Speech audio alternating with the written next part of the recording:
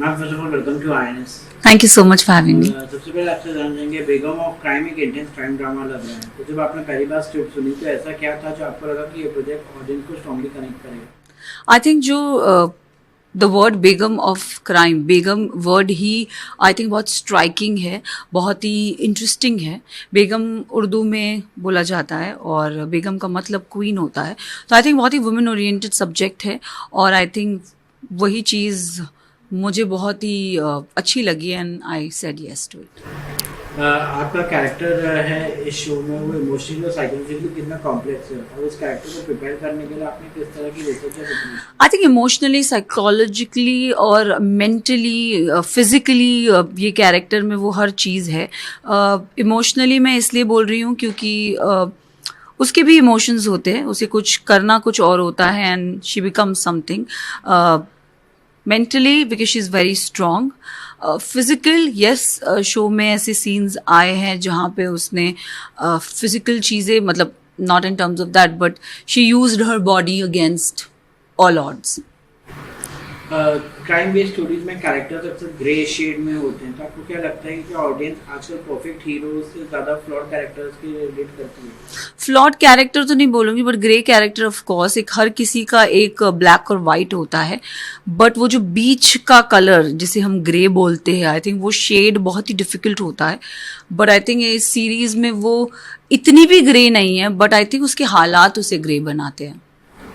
जब आप किसी क्राइम ड्रामा का हिस्सा बनते हैं तो आपके रियल लाइफ के क्राइम केसेस या ह्यूमन साइकोलॉजी को स्टडी करती हैं ताकि कैरेक्टर और ऑथेंटिक लगे? नहीं, आई थिंक मैं अपनी स्क्रिप्ट पे काम करती हूँ। थोड़े बहुत ऐसे शोज़ देख लेती हूँ जिस पे मुझे लगे कि I can pull it off. आजकल ओटीटी और टेलीविजन पे क्राइम ड्रामा काफ़ी पॉपुलर हो रहा था, आपको क्या लगता है कि बेगम ऑफ क्राइम को बाकी क्राइम शो से क्या अलग बनाता है? बेगम ऑफ क्राइम को बाकी क्राइम शो से अलग इसलिए बताता है क्योंकि ये एक विमेन ओरिएंटेड सब्जेक्ट है और इसमें वो हर एक आई वुड से कि इमोशंस है जो एक सीरीज में होनी चाहिए एंड या आई मीन ऑडियंस को पसंद आनी चाहिए बस। आपका कैरेक्टर की जर्नी में सबसे चैलेंजिंग मोमेंट कौन सा था, इमोशनली या परफॉर्मेंस वाइज, जहां आपको लगा कि ये सीन करना आसान नहीं होगा? आई थिंक परफॉर्मेंस की बात करें तो fun, bubbly, over dramatic character तो था ही था इसका, बट चैलेंजिंग ये था कि वो एक स्ट्रॉन्ग, फियर्स, वो एक वो अवतार अपने अंदर लाना जो एक डॉन जैसा बिहेवियर होता है कि हाँ मुझे ये करना है, मुझे ये चाहना है, मुझे इसे गोली मारनी है। सो देर आर थिंग्स दैट उसने गालियाँ दी है शो में, तो मुझे ऐसा लगता है कि यार वो सब थोड़ा सा चैलेंजिंग था। सेट पर जब आप इंटेंस शूट करती हैं तो एक्टर्स को इमोशनली उस जोन में जाना पड़ता है।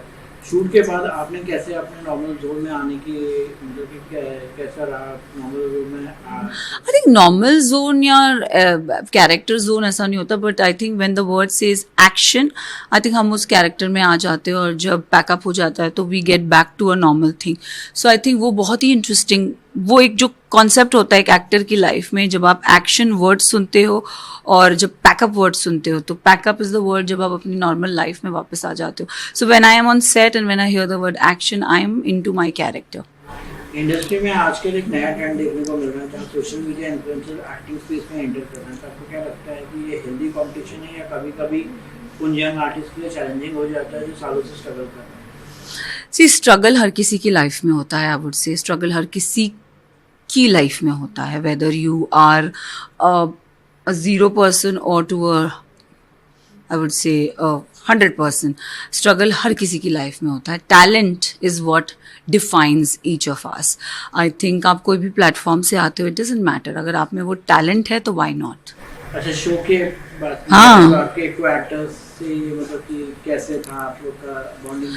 आई थिंक जितने को एक्टर्स थे, everybody had their role to play and I think हमारे सीरीज में every episode there are different characters walking in and I think the constant and the study character would be Karan, जो गुड्डू का किरदार निभा रहे हैं। एंड आई थिंक इंटरेस्टिंग उनके साथ काम करके ये था कि दिव्या और गुड्डू के बीच में वो एक केमिस्ट्री बिल्ड होती है या नहीं होती, उसके लिए आपको शो देखना पड़ेगा, बट या सो उन दोनों का थोड़ा एक इंटरेस्टिंग एंगल दिखने को शायद मिल सकता है। मैम लोकेशन की बात की जाए तो कहाँ शूट किए हैं शो को? आई थिंक लोकेशन की बात करें तो हमने बॉम्बे में ही शूट किया है इसे. We try to do as much as we can in Bombay. आजकल काफ़ी हावी हो रहा है हर किसी इंसान के ऊपर, तो जो है अगर किसी सोशल मीडिया फॉलोअर्स को अगर फॉलोअर्स नहीं मिलते हैं उतने, और अगर वो सब प्रॉब्लम्स होते हैं तो जो है उन लोग जो है एक्सट्रीम स्टेप ले लेते हैं. हाल ही में एक सोशल मीडिया इन्फ्लुएंसर ने दिया था, तो उसके बारे में क्या कहना है? I think Begum of Crime is out on Hangama OTT. Please go and watch. Thank you so much.